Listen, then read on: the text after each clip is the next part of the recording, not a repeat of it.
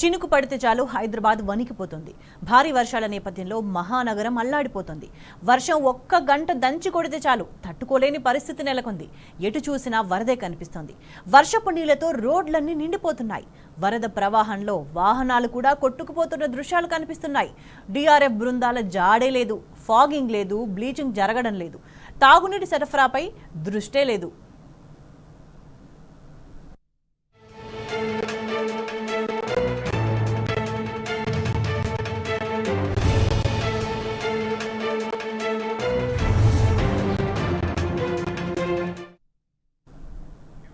చినుకు పడితేనే వణికిపోతున్న హైదరాబాద్కు సంబంధించి మరింత సమాచారాన్ని మా ప్రతినిధి లివిల్ మనకి లైవ్లో అందిస్తారు.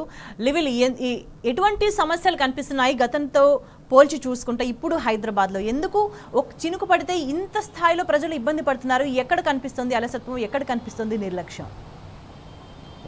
ఇవాళ ఏదైతే రాష్ట్రంలో చినుకు పడితే చాలు చిత్తడవుతుంది, వాన పడితే చాలు నగరం వణికిపోతుంది అనే చందంగా ఇవాళ హైదరాబాద్ నగరం తయారైంది. ఇవాళ ఐఎండే హెచ్చరికలు జారీ చేసిన ప్రభుత్వం కనీసం పట్టించుకున్న పాపాన పోతలేదు. అధికారులకు ఆదేశాలు జారీ లేదు, కింది స్థాయి సిబ్బందికి కనీసం అవగాహన లేదు అన్న చందంగా ఇవాళ ప్రభుత్వం తీరు కనిపిస్తుంది. గత 3-4 రోజుల నుంచి కురుస్తున్న హైదరాబాద్లోని వర్షాలకు హైదరాబాద్ నగర వాసులంతా కూడా అల్లాడిపోతున్న పరిస్థితి కనిపిస్తుంది. ఎక్కడ చూసినా చెరువులను తలపించేలా నీరు కనిపిస్తుంది. రోడ్లన్నీ కూడా జలమయమైన పరిస్థితి కనిపిస్తుంది.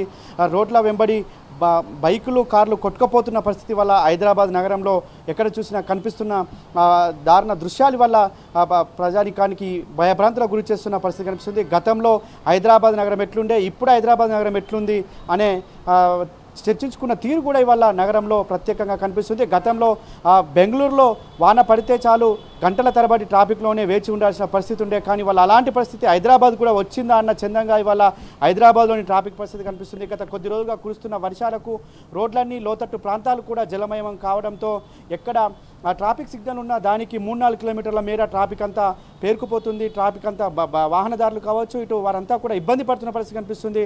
సాయంత్రం ఆఫీసుల నుంచి ఇంటికి పోయే వారి పరిస్థితి అగమ్య గోచరంగా తయారైంది. 6 గంటలకు ఆఫీస్ అయిపోతే 10 గంటల వరకు కూడా ఇంటికి పోలేని పరిస్థితి వాళ్ళ హైదరాబాద్లో ఉంది. అంతేకాకుండా ఎక్కడైతే గత ప్రభుత్వం, నాటి బీఆర్ఎస్ ప్రభుత్వం, నాటి మున్సిపల్ శాఖ మంత్రిగా ఉన్న కేటీఆర్ ఆనాడు డిఆర్ఎఫ్ డిజాస్టర్ రెస్పాన్స్ ఫోర్స్ అని ఒక బృందాలను ఏర్పాటు చేసి ఎక్కడ ఇబ్బందులు గురైనా, ఎక్కడ వర్షానికి నీరైనా వెంటనే అక్కడికి చేరుకొని వెంటనే వాటి నీటినంతా కూడా తరలించేందుకు, నీటినంతా కూడా ఇంకిపోయేందుకు చర్యలు చేపట్టేది. వెంటనే అక్కడ ట్రాఫిక్ కూడా క్లియర్ చేసేది, ఎక్కడ కూడా ఇబ్బందులు తలెత్తకుండా ఆనాటి ప్రభుత్వం చర్యలు చేపట్టింది. కానీ వాళ్ళ స్వయంగా ముఖ్యమంత్రి దగ్గరే మున్సిపల్ శాఖ ఉంది, అయినప్పటికీ కూడా అధికారులకు చలనం లేదా, లేదంటే ప్రభుత్వం పట్టించుకోవట్లేదా అనేది మాత్రం స్పష్టంగా అర్థమవుతుంది. గత 3-4 రోజుల నుంచి కురుస్తున్న వర్షాలకు హైదరాబాద్ వాసులంతా కూడా అల్లాడిపోతున్న పరిస్థితి వల్ల స్పష్టంగా అర్థమవుతుంది. కొద్దిసేపటి క్రితం వర్షానికి ఇవాళ ఎక్కడ చూసినా ట్రాఫిక్తో ఇబ్బందులు పడుతున్న వాహనదారులను కనిపిస్తుంది. ఇవాళ హైదరాబాద్ నగరంలో ప్రధానంగా ఇటు హైటెక్ సిటీ మొదలుకొని గచ్చిబౌలి నుంచి మొదలుకొని వాళ్ళ బస్తీల్లో కూడా ఈ విధంగా ట్రాఫిక్ జామ్ కావడం పట్ల ప్రజలంతా కూడా ఆశ్చర్యానికి గురవుతున్నారు. గత 10 సంవత్సరాల్లో ఎన్నడూ కూడా ఈ విధంగా వర్షాలకు ట్రాఫిక్ ఇంతగానం జామ్ అయింది లేదు. కానీ వాళ్ళు ఎందుకు ఈ విధంగా జామ్ అయిందనే పరిస్థితి వల్ల ప్రధానంగా నగరవాసుల్లో కొట్టుమిట్టాడుతున్న ప్రశ్న. కానీ వాళ్ళ ప్రభుత్వం నుంచి ఎలాంటి చర్యలు లేవు.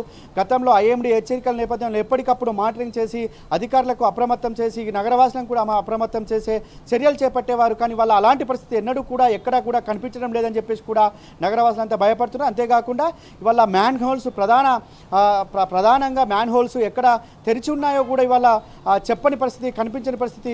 రోడ్లన్నీ కూడా చెరువులను తలపించే విధంగా రోడ్లన్నీ కూడా ఉన్నాయి. ఆ రోడ్ల వెంబడి పోతుంటే ఏమవుతుందనే భయానికి కూడా ఇవాళ భయాందోళనకు గురవుతున్నారు వాహనదారులు, నగరవాసులంతా కూడా. అంతేకాకుండా గతంలో వర్షం ఐఎండీ అంటే వాతావరణ శాఖ ఆదేశాలు, హెచ్చరికలు జారీ చేసిన నేపథ్యంలో ఇటు అన్ని శాఖల అధికారులతో సమన్వయంతో ఎలాంటి ఇబ్బందులు తలెత్తకుండా చర్యలు చేపట్టేవారు. ఇటు విద్యుత్, పోలీసు, ఇటు మున్సిపల్ శాఖ అధికారులతో పాటు ఇతర రెవెన్యూ అధికారులు కూడా చర్యలు చేపట్టి సమన్వయంతో ముందుకు వెళ్ళేవారు. కానీ వాళ్ళ ఏ శాఖకు సమన్వయం లేకపోవడంతో ఎక్కడేసిన గొంగడి అక్కడే అన్న చందంగా ఇవాళ నగర పరిస్థితి కనిపిస్తుంది. ప్రధానంగా ఫ్లైఓవర్లు నిర్మించారు. ఫ్లైఓవర్ల దగ్గర చెత్త పేరుకుపోయింది. ఆ చెత్త అంతా తీసే నాదులు లేకపోవడంతో మ్యాన్ హోల్స్ అన్ని క్లోజ్ అయ్యాయి. దాని ద్వారా లోతట్టు ప్రాంతాలలో నీళ్ళన్నీ కూడా నిలిచిపోవడంతో వాహనదారులు ఇబ్బంది పడుతున్నారు. నగరవాసులకు తీవ్ర ఇక్కట్లు గురవుతున్నారు. ఒక 10 కిలోమీటర్ల ప్రయాణం చేయాలంటే కనీసం 3 గంటల వ్యవధి పడుతుందని చెప్పేసి కూడా వాపోతున్న పరిస్థితి ఇవాళ నగర వ్యాప్తంగా కనిపిస్తుంది. అంతేకాకుండా దీని ద్వారా చెత్త చెదారం కూడా ఇవాళ తరలించలేని పరిస్థితి. ఒకవేళ వర్షం నైట్ పడితే ఉదయాన్నే ఇటు మున్సిపల్ అధికారులు వెంటనే సిబ్బందిని అప్రమత్తం చేసి చెత్త ఎక్కడైనా పేరుకుపోతే వెంటనే దాన్ని తొలగించే ప్రయత్నం చేస్తారు. కానీ వాళ్ళు అలాంటి పరిస్థితి లేదు. అంతేకాకుండా ఎక్కడైనా చెట్లు విరిగిపోతే కూడా డిఆర్ఏ బృందాలు వెంటనే చేరుకొని చెట్లను కూడా తొలగించి మరమ్మతులు చేపట్టి వెంటనే అక్కడ రూట్ అంతా క్లియర్ చేసేది. కానీ ఇవాళ అలాంటి పరిస్థితి కూడా ఇవాళ లేదు. అంతేకాకుండా ఇవాళ ప్రధానంగా నాలాల వద్ద పొంగి పొరులుతున్నా పట్టించుకున్నట్లేదు. అంతేకాకుండా నిన్న రామ్నగర్ కావచ్చు, ఇతర లోతట్టు ప్రాంతాలన్నీ కూడా జలమయమై ఎక్కడ చూసినా చెత్తేసి ఆ చెత్తంతా పేరుకుపోయింది. నీళ్ళన్నీ నిలిచిపోవడంతో నగరవాసులు తీవ్ర ఇబ్బందులకు గురవుతున్న పరిస్థితి. ఇప్పటికైనా మున్సిపల్ శాఖ అధికారులు పట్టించుకోవాలి. స్వయంగా ముఖ్యమంత్రి దగ్గర ఈ శాఖ ఉండడంతో ముఖ్యమంత్రి అయినా చర్యలు చేపట్టాలి, నగరవాసులను కాపాడాలని చెప్పేసి కూడా నగరవాసులంతా కూడా వేడుకుంటున్న పరిస్థితి కనిపిస్తుంది. ఇప్పటికైనా గత ప్రభుత్వం 10 సంవత్సరాలు ఏ విధంగా చర్యలు చేపట్టిందో ఆ విధంగా ఈ 8 సంవత్సరాల పాలనలో కాంగ్రెస్ ప్రభుత్వం చేపట్టలేదు. కనుక ఇప్పటికైనా మేల్కొని గత 10 సంవత్సరాల్లో ఏ విధంగా చర్యలు చేపట్టారు, నగరవాసులకు ఇబ్బందులు లేకుండా చేపట్టారనే అంశాలను పరిశీలించి ఆ విధంగా చర్యలు తీసుకోవాలని చెప్పేసి సగటు నగరవాసి కోరుకుంటున్న పరిస్థితి కనిపిస్తుంది. స్వేచ్ఛ రైట్ లెవెల్ ప్రభుత్వ నిర్లక్ష్యం, అధికారుల అలసత్వం హైదరాబాద్ ప్రజలనైతే ప్రతిరోజు ప్రాణాపాయ స్థితిల్లో బతికేలా చేస్తుంది.